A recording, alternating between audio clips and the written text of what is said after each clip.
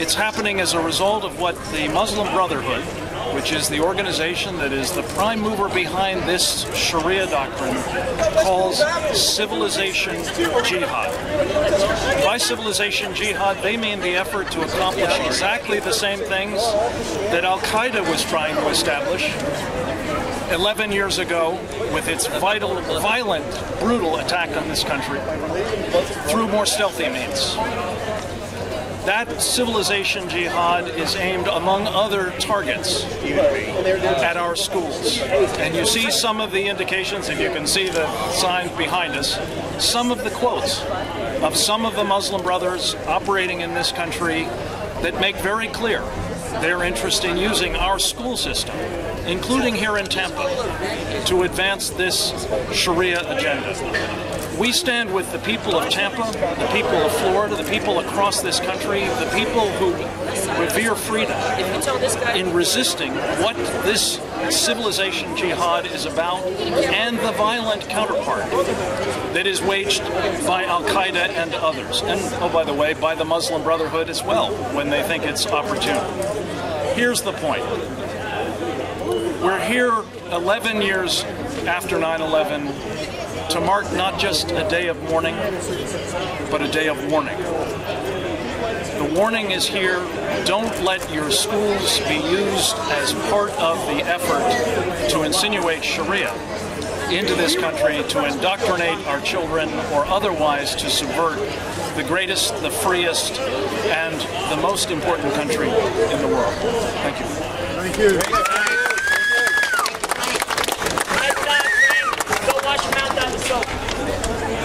Good afternoon.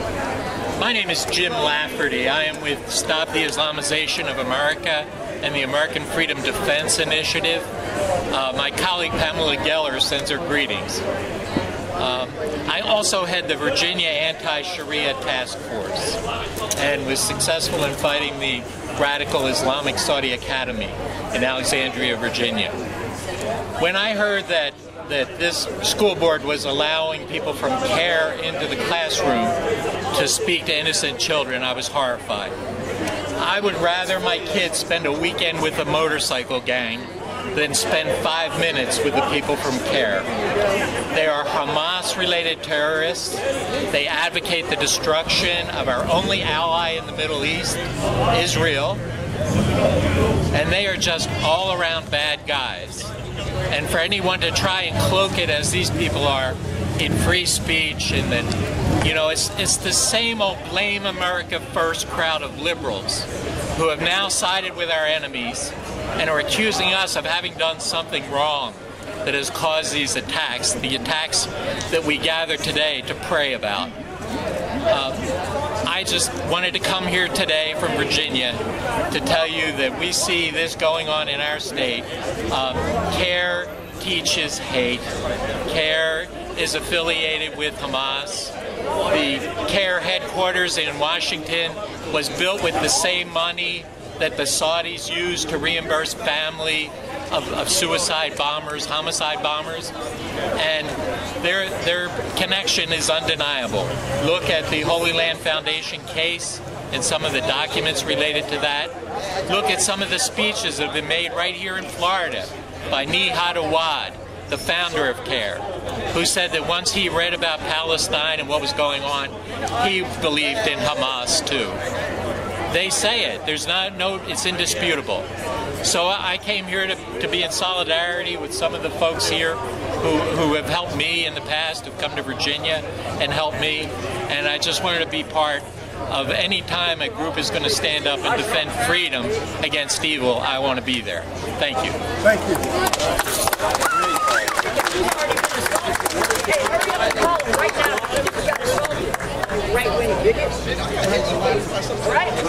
Good afternoon. My name is Darius. My son was William Andy Long. He was gunned down in front of a Little Rock recruiting station by an individual who claimed he did it Islamic justified. As a child, I grew up in Afghanistan. I lived there 10 years. I've been on 4 continents now dealing with radical Islamists. I've been to the Persian Gulf, Restore Hope in Somalia, East Timor, and unfortunately a sidewalk in Little Rock, Arkansas. There have been 51 terrorist incidents that have been either indictments put on them, or tried in court, or guilty pleas taken since 9/11. Over 28 of them happened since November 2010. The two that are missing out of this is Little Rock and Fort Hood. Neither of those have federal indictments against them.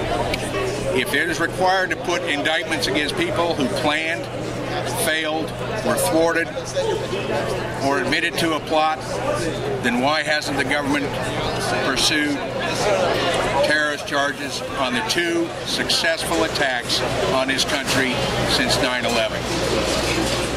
It is just absurd. What I see happening here today, with CAIR being invited into the schools, who is vetting CAIR? An unindicted co-conspirator in the Holy Land Foundation trial. You will not find the word CAIR, but if you go to the list that was put into evidence, you'll find IAP. That is what CAIR grew out of. Why would you let a criminal element in your schools? Unfettered, the curriculum unchecked is just beyond. You've had a child here in Florida, I believe, 6-year-old or so, who wore a cross around her neck and was suspended.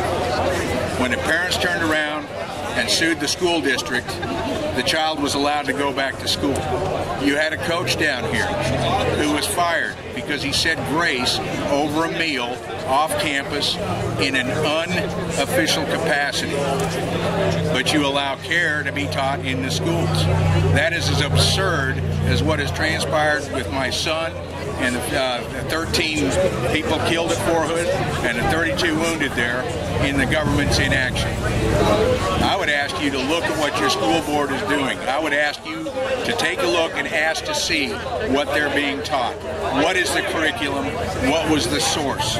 If you find the source was from Saudi Arabia, I think you will have your answer on whether you want this in the school or not. Thank you. Thank you, Mr.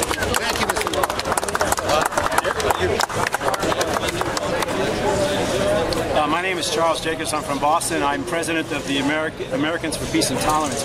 And I come here today to talk directly to April Griffin and Candy Olson. Olson is the chairperson of the Hillsborough County School System.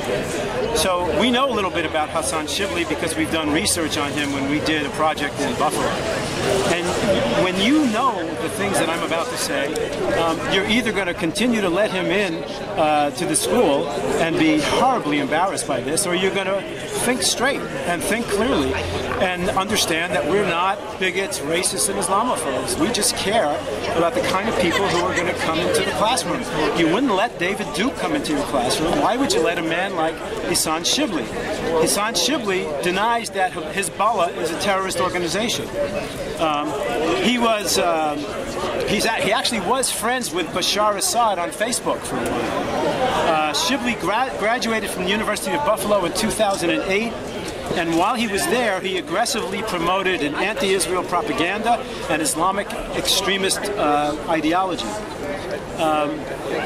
He was a prolific Facebook user, and we have captured all of his Facebook posts, and we're preparing that, and I'm happy to come down and share that with the committee or anybody here. He has insisted that Muslim women are required to wear a full-faced veil. Is that the kind of a person you want to teach our kids, our little girls? Shibli has claimed that Jews and Christians lost their way and transgressed against God. Now, do you really want this person to come into your school and say things like that, or hint things like that? He has claimed that Israelis are like Nazis. I mean, this is absolute racist anti-Semitism. Has nothing to do with whether or not you agree with Israeli policy one way or another. He has posted dehumanizing cartoons of Israeli soldiers bordering on the anti-Semitic, wantonly shooting Palestinians for sport. He was active in promoting awareness of Islam in Buffalo in the high schools, and so he's come here. And while all the while his cover was to talk about Islam, like he's covered himself here, and then once he was in there, he started to talk about hatred of Israel and the American government. After he was elected to the University of Buffalo's Student Assembly, he began misusing that position to promote his extremist agenda.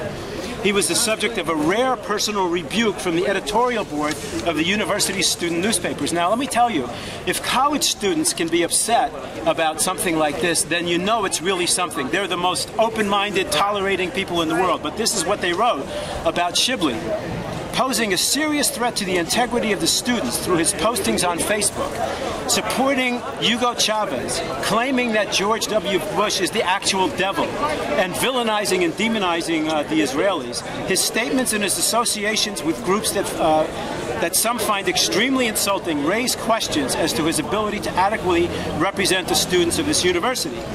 And so he no longer had that position anymore. Last week in Boston, we were intimately involved in a case where an imam who was the chaplain of Northeastern University and who came on with the same glossy cover as Shibley does here, was fired. He was terminated from his position because of the research that we did. And you know, it's not very hard, April and Candy. It's not very hard. We can show you the stuff. Use Google. We can show you how to even become pretty good researchers. You can't let haters come into the school just because they smile at you, and just because you're afraid that the media is going to call you racist, bigots, and Islamophobes. Stand up and do your job and protect our kids.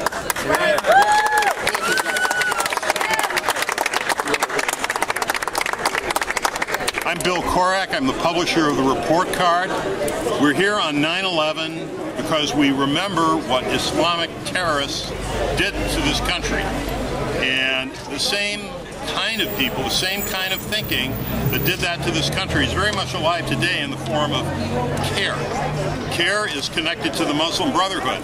Now, we'd hoped for an Arab Spring in Egypt, but what we've seen is a youth killed because he was holding hands with his fiancée, and only for that reason, and that flyers have been put out advocating the murder of Christian cops. That's the Arab Spring under the Muslim Brotherhood in Egypt. Now, here in America, we have gone to the school board and we have demonstrated over 16 times a mountain of evidence that says that CAIR is a terrorist organization, and we have recommended alternative Islamic organizations if they wanted to truly educate kids about the Islamic faith. But that's not it. CAIR is a terrorist organization that promises harm, and they've been found guilty in trials in this country. The Hillsborough School Board has turned a deaf ear to this evidence. The school board chairman says that kids are smart enough to know the difference between propaganda and education. Well, tell that to Melvin Bledsoe, whose son became a brainwashed Muslim, and tell that to Darius, whose son was killed by Melvin Bledsoe's son, who now calls himself Abdul Hakim Muhammad. What will it take for the school board to wake up and listen to hundreds of concerned parents, veterans, and patriots who've presented a mountain of evidence that CAIR does not belong in our schools? Thank you.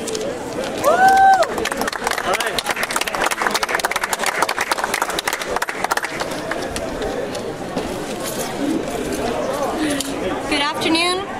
I'm Stacey Snow, and I'm a leader in the Tampa Tea Party. And our basic principles thank you, include individual liberties and constitutional governance. We believe in the traditional values that make America exceptional, and those values we must teach to our children. In 2009, a federal judge tied CAIR to the terrorist organization Hamas. It is a common sense issue that organizations with ties to terrorists should not be in our schools presenting to our children.